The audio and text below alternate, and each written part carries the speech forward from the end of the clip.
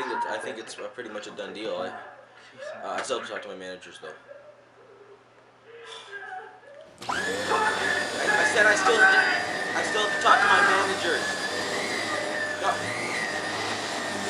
Yeah.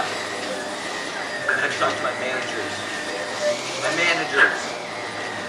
People I work for. No, the tickets are expensive.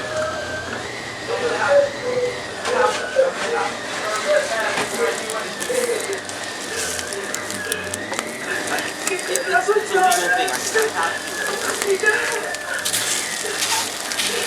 So she did. Yeah, I could understand that.